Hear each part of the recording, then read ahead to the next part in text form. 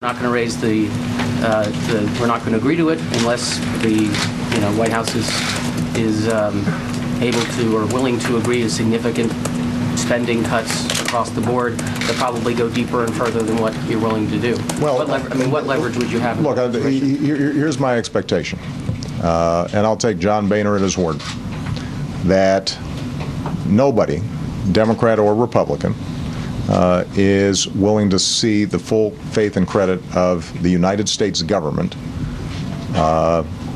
collapse. That would not be a good thing to happen. And so I think that there will be significant discussions about the debt limit vote. That's something that nobody ever likes to vote on. But once John Boehner is sworn in as a speaker, then he's going to have responsibilities to govern. You can't just stand on the sidelines and be a bomb thrower. And so my expectation is that we will have tough negotiations around the budget, but that ultimately we can arrive at a position that is keeping the government open, keeping Social Security checks going out, keeping veterans services being provided, but at the same time is prudent when it comes to the taxpayer dollars. Jonathan Weissman, last question. Some on the left have questioned, I've looked at this deal and questioned what your core values are, what specifically you will go to the mat on. I'm wondering if you can reassure them with some specific things and saying, all right, this is where I don't budge. And along those lines, what is going to be different in 2012 when all of these tax cuts, again, are up for expiration? Well, what's going to be different in 2012 we've just discussed, which is we will have had 2 years to discuss the budget. Not in the abstract, but in concrete terms. I mean, over the last 2 years, the Republicans have had the benefit of watching us take all these emergency actions,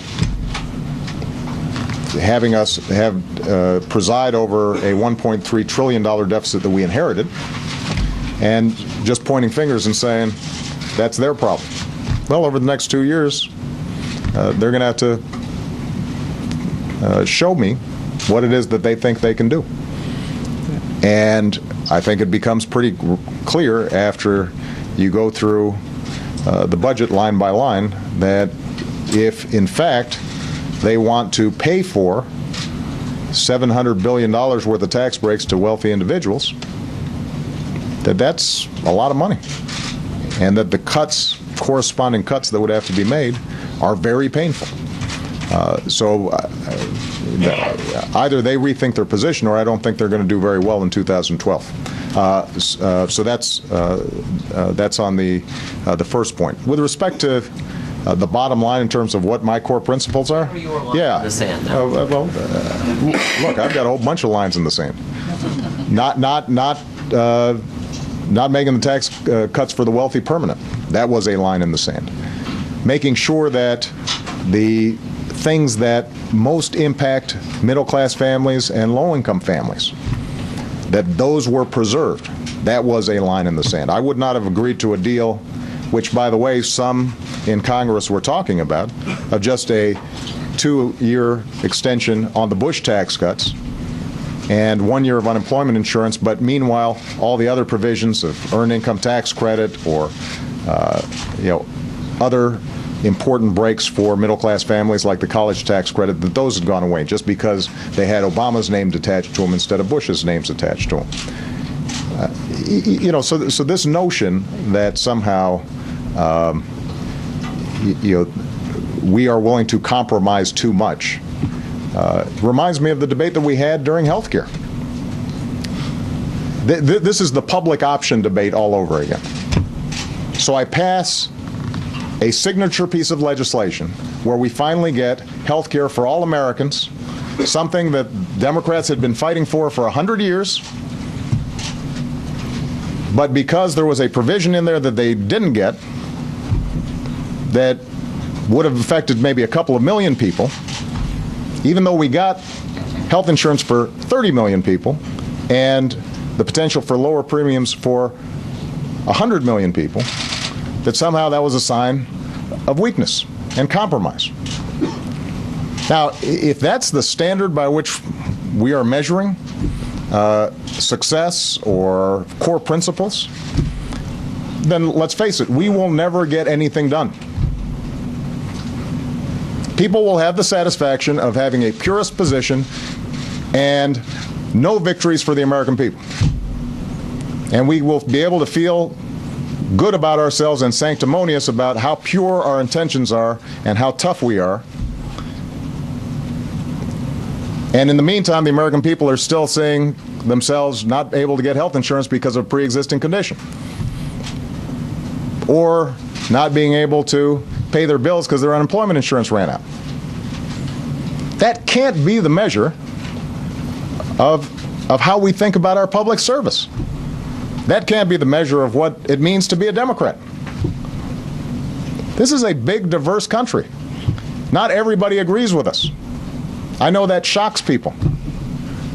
You know, the New York Times editorial page does not permeate across all of America. Neither does the Wall Street Journal editorial page. Most Americans, they're just trying to figure out how to go about their lives and how can we make sure that our elected officials are looking out for us. And that means, because it's a big, diverse country and people have a lot of complicated positions, it means that in order to get stuff done, we're going to compromise. This is why FDR, when he started Social Security, it only affected widows and orphans. You did not qualify. And yet now it is something that really helps a lot of people. When Medicare was started, it was a small program. It grew. Under the criteria that you just set out, each of those were betrayals of some abstract ideal. This country was founded on compromise. I couldn't go through the front door of this country's founding. And if we were really thinking about ideal positions, we wouldn't have a union. So my job is to make sure that we have a North Star out there. What is helping the American people live out their lives? You know, what is giving them more opportunity? What is growing the economy? What is making us more competitive? And at any given juncture, there are going to be times where my preferred option, what I'm absolutely positive is right, I can't get done. And so then my question is, does it make sense for me to tack a little bit this way or tack a little bit that way, because I'm keeping my eye on the long term and the long fight? Not my day-to-day news cycle, but where am I going over the long term? And I don't think there's a single Democrat out there who, if they looked at where we started when I came into office and look at where we are now, would say that somehow we have not moved in the direction that I promised. Take a tally. Look at what I promised during the campaign. There's not a single thing that I've said that I would do that I have not either done or tried to do. And if I haven't gotten it done yet, I'm still trying to do it. And so to my Democratic friends, what I'd suggest is, let's make sure that we understand this is a long game. This is not a short game. And to my Republican friends, I would suggest, I think this is a good agreement, because I know that they're swallowing some things that they don't like as well. And I'm looking forward to seeing them on the field of competition over the next 2 years. Thanks very much, everybody. What about don't ask in the lame Is the duck? deal set in stone, sir? There you have it, a very passionate President Obama, even at one point referring to the American people as hostages that he did not want to see harmed.